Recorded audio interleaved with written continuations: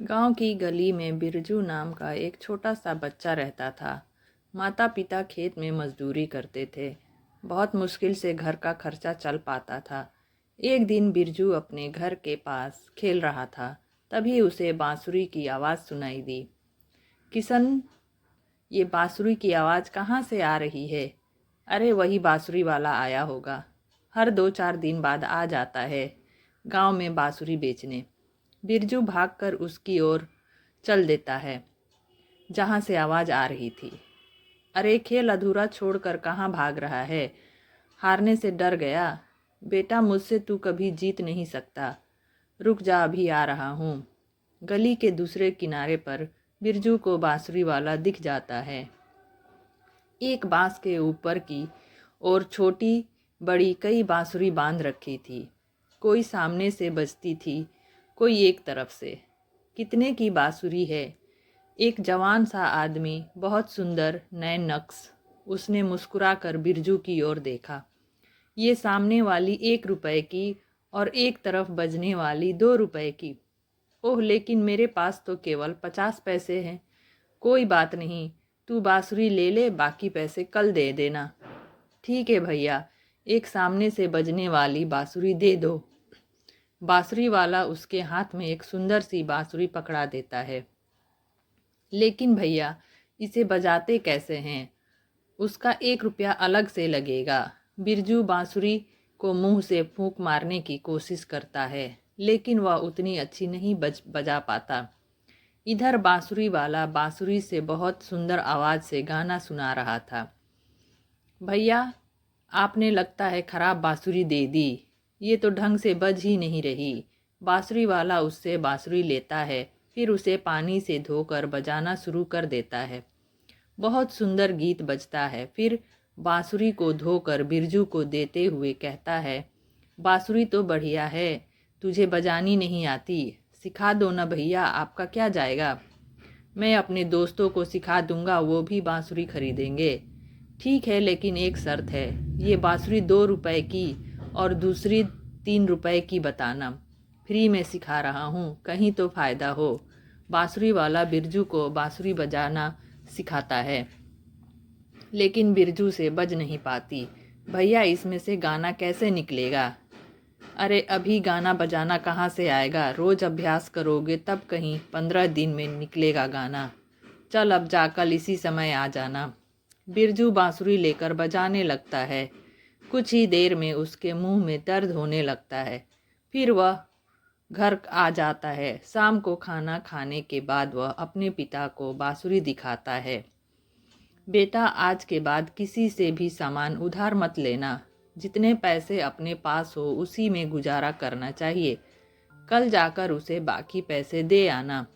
अगले दिन बिरजू बाकी के 50 पैसे लेकर बांसुरी वाले के पास पहुंच जाता है। बांसुरी वाला उसे बांसुरी बजाना सिखाने लगता है। 10 दिन बाद ही बिरजू अच्छे से बांसुरी बजाना सीख जाता है। एक दिन बिरजू के पिता घर आकर बिरजू से कहते हैं, बेटा, तेरा दाखिला स्कूल में करा दिया है, कल से स्कूल चले जाना। बिरजू अगले दिन से स्कूल जाने लगता है।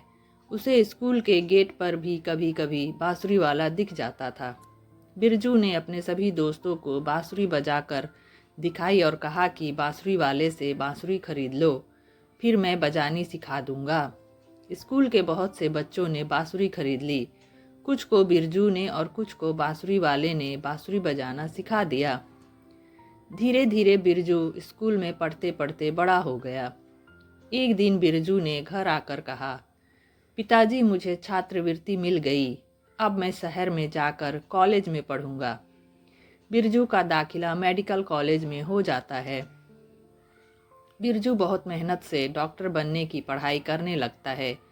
एक दिन वह डॉक्टर बन जाता है। उस दिन बिरजू बहुत खुश था, लेकिन खुशी बांटने के लिए उसके घर परिवार का कोई नहीं था।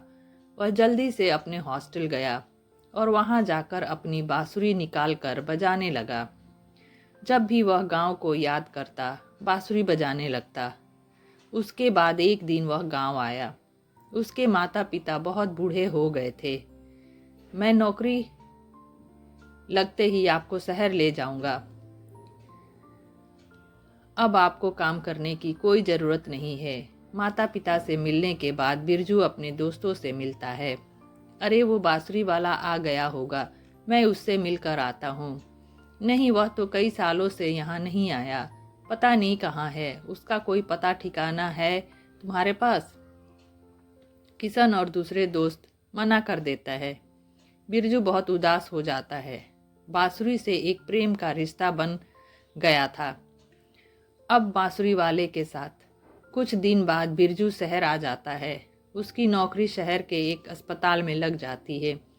एक दिन बिरजू के पास एक आदमी को लाया जाता है। वह बेहोश था। क्या हुआ है इन्हें?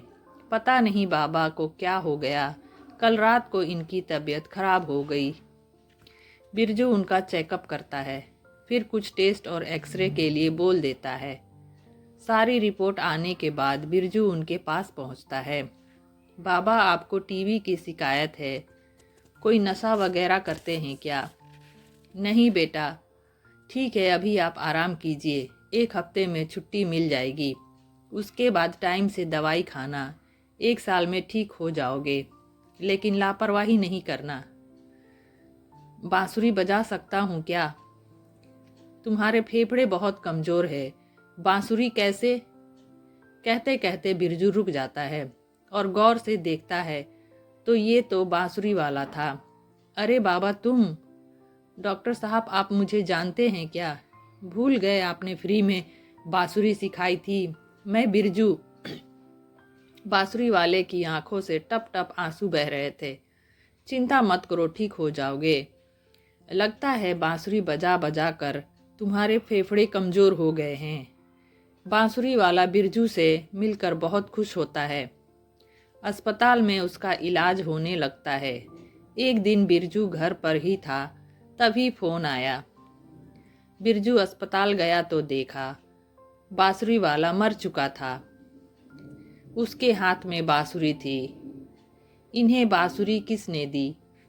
बांसुरी वाले का बेटा कहता है, डॉक्टर साहब बहुत जिद कर रहे थे, बोले कुछ नहीं होगा, बिरजू भैया बचा लेंगे। बिरजू की आंखों से टप टप आंसू बह रहे थे।